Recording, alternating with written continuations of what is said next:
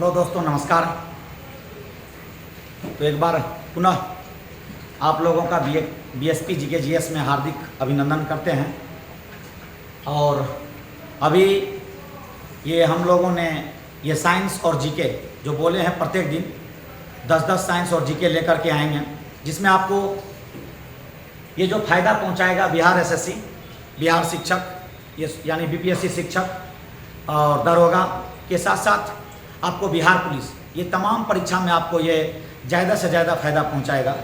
जो important question है, ऐसे क्वेश्चन को हम लोग चूज करके आप लोगों के बीच में ये ला रहे हैं। तो चलिए हम ज़्यादा समय ना बिताते हुए आपको ले चलते हैं क्वेश्चन की ओर।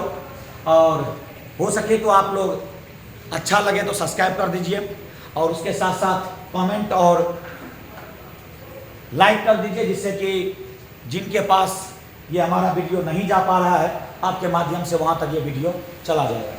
धन्यवाद। चलिए बढ़ते हैं, पहला क्वेश्चन की ओर चलते हैं। कहता है बंगाल विभाजन, बंगाल विभाजन की घोषणा, बंगाल विभाजन की घोषणा की गई।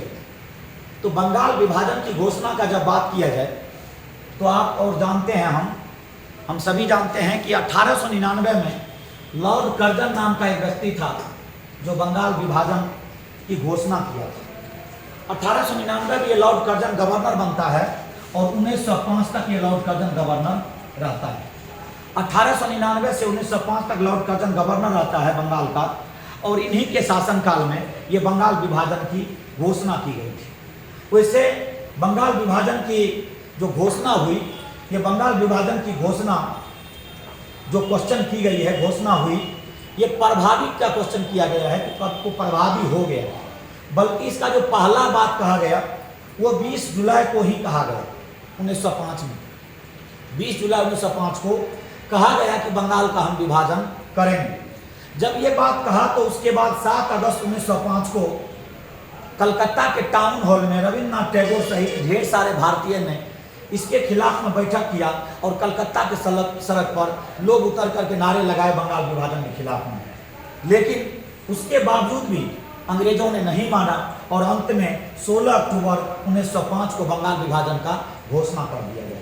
और बंगाल विभाजन जब प्रभावी हो गया तो कहा जाता है कि 16 अक्टूबर को बंगाल विभाजन कर दिया गया, काफ़ी विरोध के बावजूद भी। और 16 अक्टूबर 1905 को ही भारत में इसको शोक दिवस के रूप में मनाया। और रविन्द्रनाथ टैगोर ने इस दिन कलकत्ता के सड़क पर निकल करके एक गीत गाया था, अमर सोनार बांग्ला। और हिंदू भाइयों को गंगा में स्नान करके मुसलमान भाइयों के हाथ में ये कलाई में ये राखी बांधने का काम किया था, और इस दिन को राखी दिवस के रूप में भी मनाया गया। 16 अक्टूबर 1905 को बंगाल विभाजन को लॉर्ड कर्जन ने काफ़ी विरोध के बावजूद भी घोषणा कर दिया या प्रभावी कर दिया। चलिए नेक्स्ट क्वेश्चन की ओर बढ़ते हैं। दूसरा क्वेश्चन है, कहता है चोरी चोरा घटना, चोरी चोरा घटना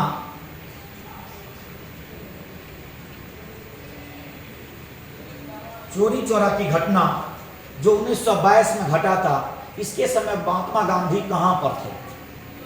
चोरी चोरा के समय में महात्मा गांधी जब 1922 में चोरी चोरा हत्याकांड हो रहा था तो कह रहा है उस समय महात्मा गांधी कहां पर थे? यानी चोरी चोरा जब हत्याकांड हुआ था 5 फरवरी 1922 को। कब हुआ था? 5 फरवरी 1922 को चोरी चोरा घटना हुआ था। ये चोरी चोरा उत्तर प्रदेश के गोरखपुर के निकट में पड़ता है। गोरखपुर जिला पड़ता है, वर्तमान में पहले देवरिया पड़ता था, वही देवरिया के पास गोरखपुर है। 5 फरवरी 1922 को ये चोरी चोरा हत्याकांड हुआ था। कहा जाता है कि ये गोरखपुर का जो ये इलाका है, ये इलाका यादव बहुल एरिया है।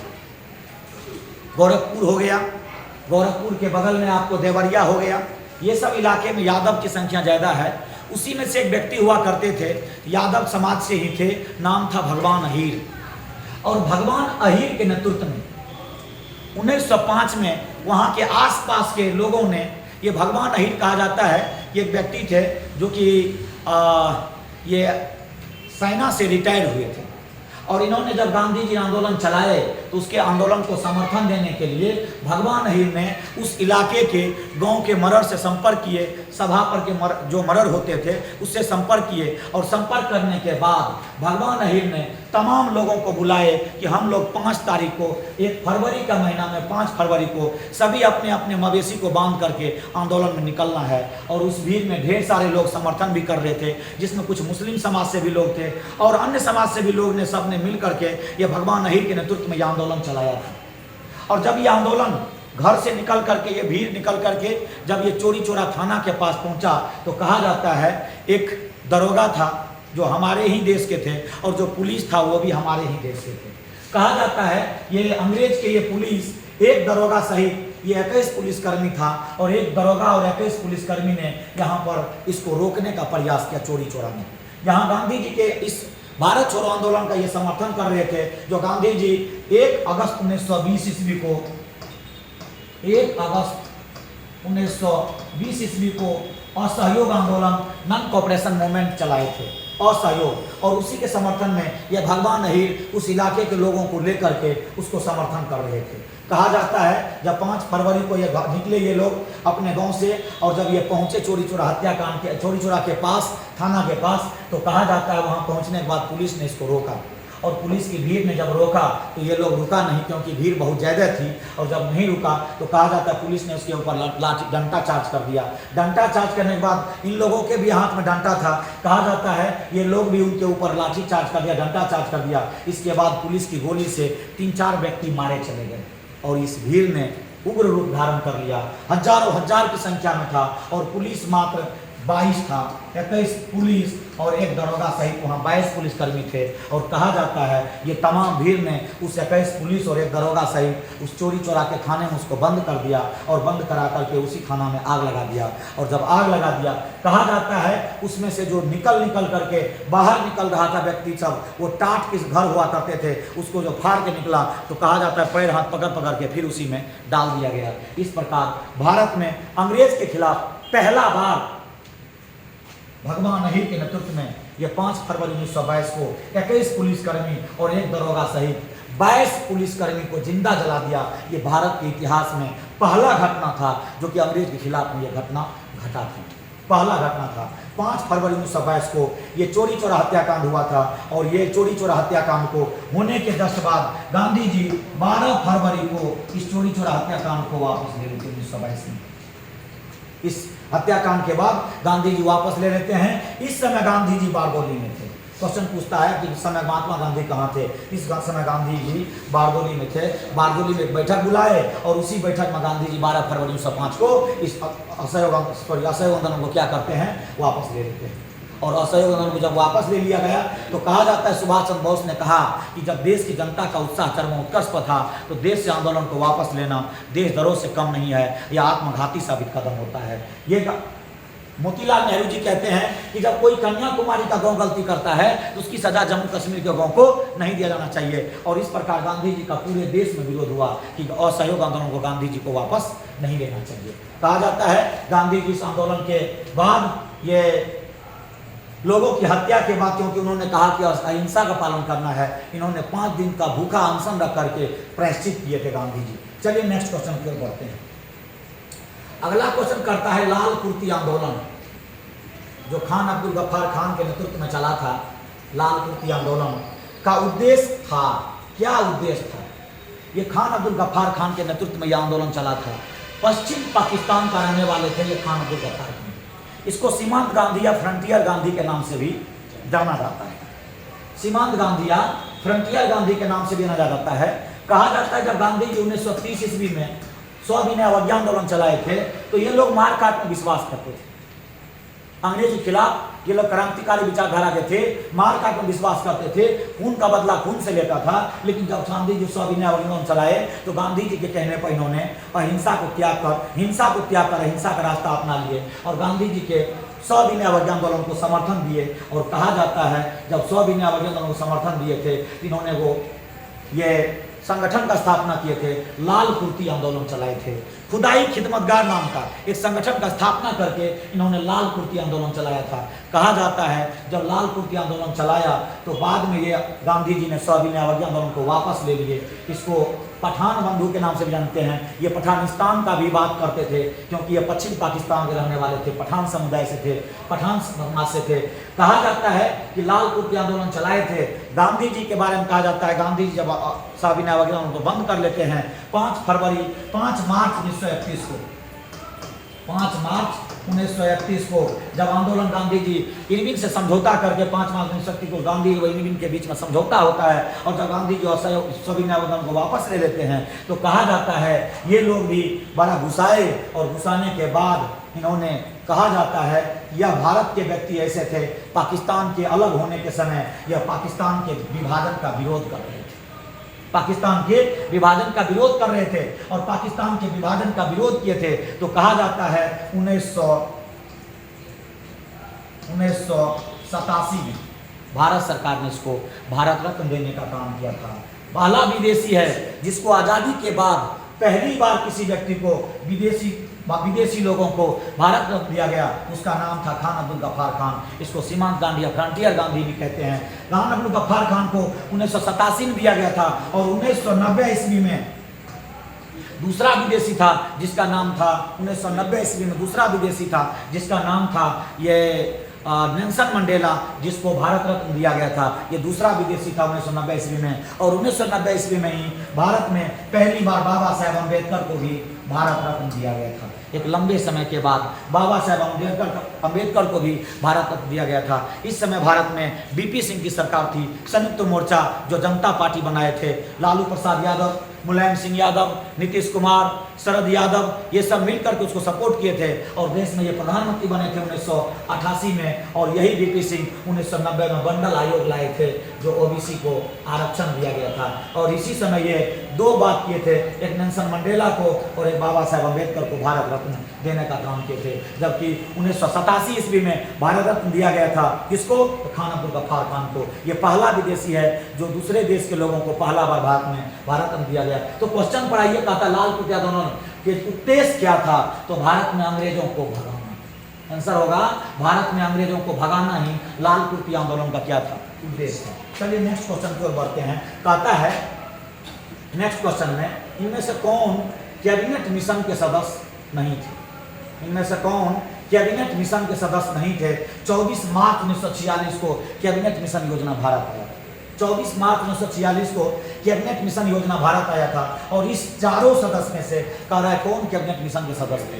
वैसे मैं बता दूं ये सब क्वेश्चन आधुनिक भारत से हम ला रहे हैं और आधुनिक भारत से सबसे ज़्यादा 6 to 8 और 9 से 5 या 9 से 10, 9 10th यानी 9 10th के साथ साथ 11th और 12th में सबसे ज़्यादा आधुनिक भारत से ही क्वेश्चन पूछा जाता है। इसीलिए हम ज़्यादा से ज़्यादा क्वेश्चन आपको ये 9 10th में से और 11th 12th के सबसे ज़्यादा बीपीएससी के शिक्षक की जो तैयारी कर रहे हैं उसको फायदा होगा। वैसे 1 to 5 वाले को भी होगा, इसमें से कई क्वेश्चन ऐसे मिलता है, लेकिन इसमें ज़्यादातर फायदा आपको 9 10th और 11th 12th के बच्चे को भी होगा तो सबको बिहार पुलिस अगर होगा सबको बिहार एसएससी वाले को भी। इनमें से कैबिनेट मिशन के कहता अध्यक्ष कौन थे? सदस्य नहीं थे। सदस्य नहीं थे तो याद रखिएगा कैबिनेट मिशन योजना के अध्यक्ष जो थे पैंथिक लॉरेंस थे।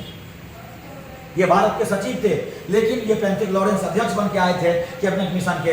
जबकि स्टेफोर्ड क्रिप्स जो थे ये इसके सदस्य थे। लॉर्ड बेवल जो गवर्नर थे और इसके बाद एबी अलेक्जेंडर, ये 3 व्यक्ति ये इसके क्या थे? सदस्य थे। जबकि कैबिनेट मिशन योजना के लॉर्ड बेवल गवर्नर थे बल्कि ये सदस्य नहीं थे।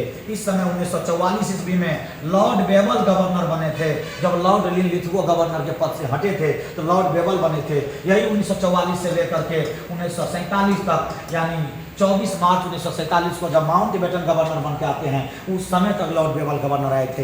यही लॉर्ड बेवल प्लान लाया था। तो 3 व्यक्ति थे, पैंथिक लॉरेंस, स्टेफोर्ड क्रिप्स और एबी अलेक्जेंडर, ये कैबिनेट मिशन के तीनों सदस्य थे।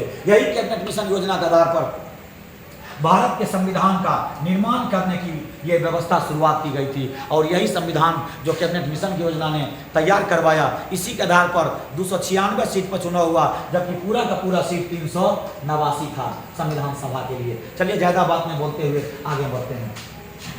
नेक्स्ट क्वेश्चन है सुभाष चंद्र बोस का राजनीतिक गुरु कौन था?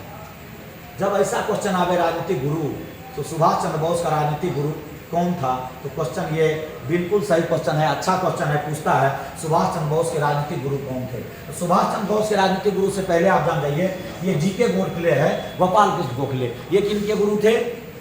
महात्मा गांधी के। महात्मा गांधी के राजनीतिक गुरु गोपाल कृष्ण गोखले थे, जबकि महात्मा गांधी के राजनीतिक गुरु गोपाल कृष्ण गोखले थे, जबकि धार्मिक गुरु उसके ये धार्मिक गुरु नारायण गुरु थे। नारायण गुरु थे धार्मिक गुरु, जबकि ये राजनीतिक गुरु थे कौन? गोपाल कृष्ण गोखले। जब कहता है सुभाष चंद्र बोस सिया दास, चित्तरंजन दास।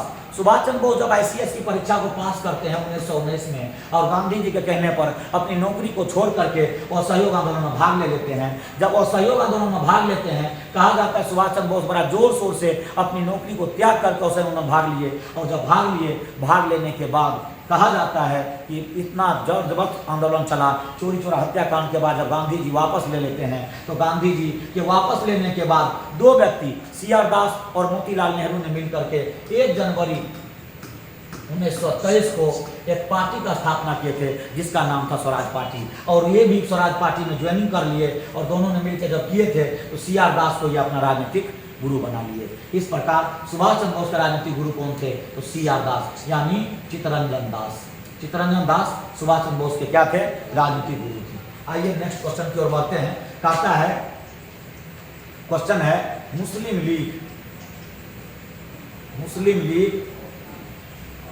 लीग का प्रथम अध्यक्ष, मुस्लिम लीग का प्रथम अध्यक्ष कौन था? वैसे याद रखिएगा कि 30 दिसंबर 1906 ईस्वी को मुस्लिम लीग का स्थापना किया गया था समीमुल्लाह और आगा खान के द्वारा। इस समय भारत में गवर्नर लॉर्ड मिंटो द्वितीय था, जो 5 से लेकर के 10 तक रहा था, यानी 1905 से लेकर के 1910 तक रहा था लॉर्ड मिंटो द्वितीय। इसी के समय में 30 दिसंबर 1906 को मुसलमानों के एक प्रतिनिधि मंडल को शिमला में बुलाया था लॉर्ड मिंटो द्वितीय ने, और इन्होंने कहा था कि हम जो कार्यक्रम चलाएंगे उसका आप सपोर्ट करेंगे, और कांग्रेस जो कार्यक्रम चलाएगा उसका आप विरोध करेंगे। यदि ऐसा आप करते हैं तो आपको हम एक पृथक निर्वाचन क्षेत्र देंगे हिंदू लोगों से अलग करके। और वो जो बात कहा, उसी बात को अंग्रेजों ने 1909 ईस्वी में मार्ले मिंटो सुधार अधिनियम ला करके दे दिया। तो कहा जाता है पहला बार जब इसका ये अधिवेशन हुआ था, मुस्लिम लीग के प्रथम अध्यक्ष 1906 में जो स्थापित हुआ था, उस समय में समीमुल्लाह और आगा खान ने मिलकर के इसका स्थापना किया। और कहा जाता है पहला अध्यक्ष जो बना था वो आगा खान बना, पहला अध्यक्ष आगा खान बना है। जब बात आगे जिन्ना का, तो जिन्ना 1913 ईस्वी में मुस्लिम लीग का सदस्य बन गए थे। उससे पहले जिन्ना 1904 ईस्वी में कांग्रेस के अधिवेशन में पहली बार भाग लिए थे। 1904 में कांग्रेस के अधिवेशन में पहली बार भाग लिए थे। अधिवेशन मुंबई में हुआ था, अध्यक्षता सर हेनरी कॉटन किए थे 1904 के अधिवेशन का। इसका खासियत है, इसी अधिवेशन में पहली बार मोहम्मद अली जिन्ना भाग लिए थे कांग्रेस के अधिवेशन में। लेकिन जब मोहम्मद अली जिन्ना की बात हो जाए और मुस्लिम लीग का सदस्य का बात हो, तो पहली बार 1913 ईस्वी में मुस्लिम लीग के सदस्यता ग्रहण किए थे, और जिन्ना 1913 के अधिवेशन में भाग लिए थे। कहा जाता है मुस्लिम लीग का प्रथम अध्यक्ष आगा खां था, और शुरुआत में जो स्थापना किए थे समीमुल्लाह और आगा खां मिलकर के ये ढाका में स्थापित किए थे। चलिए आगे बढ़ते हैं। नेक्स्ट क्वेश्चन कहता है कि जलियांवाला बाग जो हुआ था 13 अप्रैल 1919 को, कहता है जलियांवाला बाग हत्याकांड के लिए जिम्मेवार जनरल डायर को निम्नलिखित में से किसने गोली मारी थी? तो निम्नलिखित में से किसने जब गोली मारी थी, तो याद करिएगा 13 अप्रैल 1919 को जलियांवाला बाग हत्याकांड हुआ था। 13 अप्रैल 1919 को जलियांवाला बाग हत्याकांड हुआ था। गांधी जी राष्ट्रव्यापी अपमान दिवस मनाए थे, और पंजाब में उस बार 1919 में अधिवेशन होने वाला था। कांग्रेस के 2 सक्रिय सदस्य ये सैफुद्दीन किचलू और डॉक्टर सतपाल को गिरफ्तार कर लिया गया था। उसी के छुड़ाने में 13 अप्रैल 1919 को ये जलियांवाला बाग हत्याकांड जो हुआ था, 13 अप्रैल 1919 को ये जलियांवाला बाग में बैठक कर रहा था, और ये तमाम लोगों पर यहाँ पर एक जनरल डायर नाम का व्यक्ति था जिन्होंने गोली चलाने का आदेश दे दिया। कहा जाता है जिसमें 1600 राउंड गोलियां चली। सरकार का आंकड़ा है कि 389 व्यक्ति मारा गया, जबकि कई हजार लोग मारे गए जलियांवाला बाग हत्याकांड में। वहीं पर पास में एक घर था, बच्चा था उसका, उस घर के ऊपर छत पर से दिख रहा था एक बच्चा जिसका नाम था उधम सिंह, और वह गोली चला। पूरा जलियांवाला बाग हत्याकांड में खून की लाशें बिछ गई और खून का नदियां समझिए बह गया। वो बच्चा उस बिल्डिंग पर से उतर के आया और कहा जाता है वो बच्चा उस समय मात्र 13, 14, 15 वर्ष का था और वो बच्चा उधम सिंह नाम का ये बच्चा था। वहाँ जो ब्लड बह रहा था तो ऐसा कहा जाता है वो ब्लड में लगा के अपने माथा में वो तिलक किया और उसी समय उधम सिंह वो जनरल डायर को देखा और कहा इसको जब तक मारेंगे नहीं तब तक चैन की सांस नहीं लेंगे। बाद में ये पढ़ने के बहाने अपने पिता से कह करके ये इंग्लैंड चला गए, पढ़ने के बहाने अपने पिता से कहकर ये इंग्लैंड चला गए और जब ये इंग्लैंड चले गए, इंग्लैंड चले जाने के बाद कहा जाता है 1940 ईस्वी में जनरल डायर को खोज करके, ये बहुत पहले ही चले गए थे 20, 22, 23, 24 साल के आसपास में, और 1940 में कहा जाता है कि जनरल डायर को खोज करके 1940 में इन्होंने गोली मार दिया और गोली मार देने के बाद कहा जाता है सरदार उधम सिंह को वहीं इंग्लैंड में ही फांसी दे दिया। ऐसा नौजवान थे हमारे देश के जो सरदार उधम सिंह, भारत में करके जो व्यक्ति ये गया था जनरल डायर, उसको इंग्लैंड में जाकर के गोली मार दिया। ऐसा क्रांतिकारी व्यक्ति था और आज उसी क्रांतिकारी की धरती पर हम भारत के लोग ना जाने कितनी दलाली करते हैं और इस भारत की माँ के सपूत होकर के भी हम देश के ऐसे ऐसे लोगों को अपने हृदय से बसा के नहीं रखते हैं। आज हमारे देश में पाकिस्तान आए दिन ये हमला करते रहता था, आज उसका मुंहतोड़ जवाब दिया जा रहा है। सरकार नहीं चाहती हम किसी से उलझें, लेकिन यदि कोई उलझेगा तो हम भारत के लोगों का ये सदा से रहा है, हम उसको छोड़ेंगे भी नहीं। और अभी ये युद्ध जारी है, इस समय हम लोग को सभी को होना चाहिए कि हम अपनी सरकार के साथ खड़ा रहें और उधम सिंह जैसे जैसे लोग बने और देश में इनके साथ खड़ा रहें और देश के चट्टानी एकता को प्रदर्शित करें। विषम परिस्थिति में हर एक व्यक्ति को, चाहे वो पक्ष रहे और विपक्ष रहे, सरकार के साथ खड़ा रहना चाहिए। और हम समस्त भारत के लोग चाहे किसी भी धर्म से हैं, हम खड़ा भी हैं और सरकार मुंहतोड़ जवाब दे रही है। जो आप देख रहे हैं पाकिस्तान के एक से एक मिसाइल को देश के अंदर घुसने से पहले ही उड़ा दिया जा रहा है। हमारी सेना में वो ताकत है, हमारी सेना कहती है कि रात को नाश्ता खाना हम भारत में खाएंगे और सुबह का नाश्ता चाय हम लाहौर में पिएंगे, हमको सिर्फ सरकार आदेश दे दे। लेकिन सरकार करेगी क्या? सरकार विश्व के सिस्टम से बंधा हुआ है, संयुक्त राष्ट्र के सदस्य है हमारा भारत। और आज नहीं, जब जब संयुक्त राष्ट्र संघ बना था उस 50 देश के सदस्य में भारत भी देश था, जो 1945 में बन करके 24 अक्टूबर 1945 को जब संयुक्त राष्ट्र संघ बना था, उसी समय 50 देश के सदस्य में हमारा भी भारत उस समय सदस्यता लिया था। और वर्तमान समय में संयुक्त राष्ट्र संघ में 193 देश है और इस 193 देश में से संयुक्त राष्ट्र संघ के जो 50 अस्थायी शुरुआत का देश था, उसमें हमने उस समय में सदस्यता लिया और हमको वो अस्थायी सदस्यता दे रहा था। लेकिन हमारे देश के प्रधानमंत्री ने चाइना को सदस्यता दे दिया था अस्थायी, जो आप जानते होंगे ये 5 सदस्य इसका है, ABC और FR, ये 5 इसका अस्थायी सदस्य है, जिसको वीटो पावर प्राप्त है। अमेरिका, ब्रिटेन, चाइना और फ्रांस और रूस, इसमें भारत बार बार दावेदारी देने की बात करता है, लेकिन यही चाइना जिसको हमने सपोर्ट किया था, आज वही चाइना हमारे देश का क्या करता है, विरोध करता है संयुक्त राष्ट्र संघ में अस्थायी सदस्यता लेने के लिए। याद रखिएगा, उधम सिंह नाम के व्यक्ति थे जो जनरल डायर को 1940 में गोली मार करके इंग्लैंड में हत्या कर दिया, उसके घर में घुस करके। हमारे देश के लोगों का आदत रहा है, शुरू से घर घुस करके मारते हैं। ये आज हमारी सरकार भी साबित कर रही है। चलिए नेक्स्ट क्वेश्चन कहता है कि होम रूल लीग आंदोलन 22 अप्रैल 1916 को पुणे में किसने चलाया था?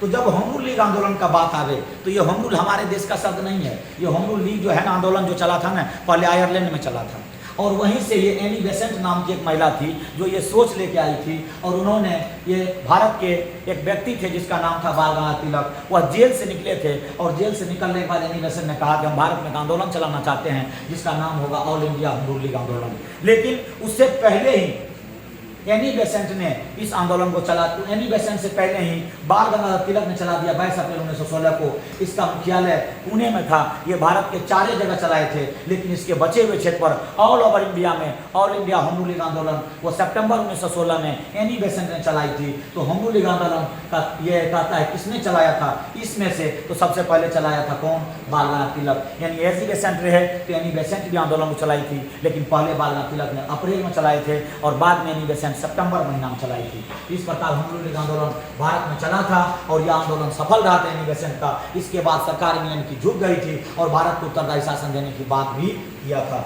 20 अगस्त 1917 को एनी बेसेंट की बात को मान लिया गया और वही अधिनियम बन के आया 1919 का मार्ले ये 12 शासन अधिनियम या मॉन्टेग्यू चंद्र सुधार अधिनियम। चलिए नेक्स्ट क्वेश्चन की ओर बढ़ते हैं। नेक्स्ट क्वेश्चन कहता है कि स्वतंत्रता संग्राम के सबसे कम आयु के शहीद हुए थे कौन व्यक्ति थे जो स्वतंत्रता संग्राम में सबसे कम आयु में शहीद हुए थे। तो वैसे आप लोग जानते होंगे 1908 में ये खुदीराम बोस और प्रफुल्ल चाकी ने मिल करके 1908 में खुदीराम बोस ये और प्रफुल्ल चाकी ने मिल करके किंग्स पोर्ट पर बम मारा था। ये मुजफ्फरपुर के जिला जज थे। मुजफ्फरपुर के जिला जज पर ये किंग्स पोर्ट था, उसी पर बम मारा था। लेकिन कहा जाता है संयोग से जिस गाड़ी में वो जिला जज मुजफ्फरपुर के चलते थे किंग्स पोर्ट, उस दिन उसमें वो नहीं थे, बल्कि भारतीय राजनीतिक थे, भारतीय लोगों से हमदर्दी रखने वाले ये किंग्स पोर्ट के दोस्त मिस्टर केनेडी था और उसकी पत्नी थी और एक उसकी पुत्री थी। और इन लोगों को पता नहीं चल पाया। खुदीराम बोस और प्रफुल्ल चाकी ने उस पर 1908 में बम मार देता है और उसमें वो उड़ गया। लेकिन ये लोग तो भाग गया और वहीं पर प्रफुल्ल चाकी आत्महत्या कर लिए। खुदीराम बोस को बाद में पकड़ करके कहा जाता है सबसे कम उम्र में फांसी दिया गया। 18 वर्ष की उम्र में सबसे कम उम्र में फांसी पर दिया गया। यदि फांसी पर चढ़ने वाली बात कहे सबसे कम उम्र में तो ये होगा खुदीराम बोस। लेकिन यदि सबसे कम उम्र में शहीद होने की बात कहे गोली से, उसका नाम था बाजी राउत नाम का ये व्यक्ति था, जो मात्र 12 वर्ष में बाजी राउत नाम का व्यक्ति था जो मात्र 12 वर्ष में नौजवान था। ये 12 वर्ष का ही था। ये अंग्रेज के गोली से मारे गए थे। आंदोलन में ये भाग लिए थे। बाजी राउत वो उड़ीसा के रहने वाले थे और 12 वर्ष में शहीद हुए थे अंग्रेज के गोली से। ये सबसे कम उम्र में शहीद होने वाले व्यक्ति थे बाजी राउत। ये उड़ीसा के रहने वाले थे। लेकिन यदि फांसी पर चढ़ने की बात हो तो वो खुदीराम बोस थे। जो खुदीराम बोस थे ये सबसे कम उम्र के फांसी पर चढ़ने वाले व्यक्ति थे, जिसका नाम था खुदीराम बोस। ये फांसी के फंदे पर चढ़ने वाले सबसे पहले व्यक्ति थे खुदीराम बोस। फांसी के फंदे पर सबसे कम उम्र में चढ़ने वाले खुदीराम बोस थे, जो मात्र 18 वर्ष की उम्र में फांसी के फंदे चढ़े थे। आइए नेक्स्ट क्वेश्चन की ओर बढ़ते हैं।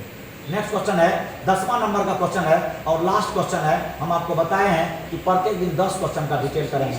आइए 10वां क्वेश्चन का देखते हैं। ये 10वां क्वेश्चन क्या कहता है। कहता 1934 में बनी बिहार सोशलिस्ट पार्टी के सचिव थे। 1934 का जब बात हो और बिहार सोशलिस्ट पार्टी की बात हो तो ये बात दो व्यक्ति का आता है, एक आचार्य नरेंद्र देव और दूसरा जयप्रकाश नारायण। ये सब लोग कांग्रेस के ही सदस्य थे। ये सब लोग कांग्रेस के सदस्य थे। लेकिन कांग्रेस के अंदर कुछ लोग ऐसे थे जो घूर घूर के अपने ही अध्यक्षता करते रहते थे। जैसे 1927 जवाहरलाल नेहरू के पिता मोतीलाल नेहरू। 1928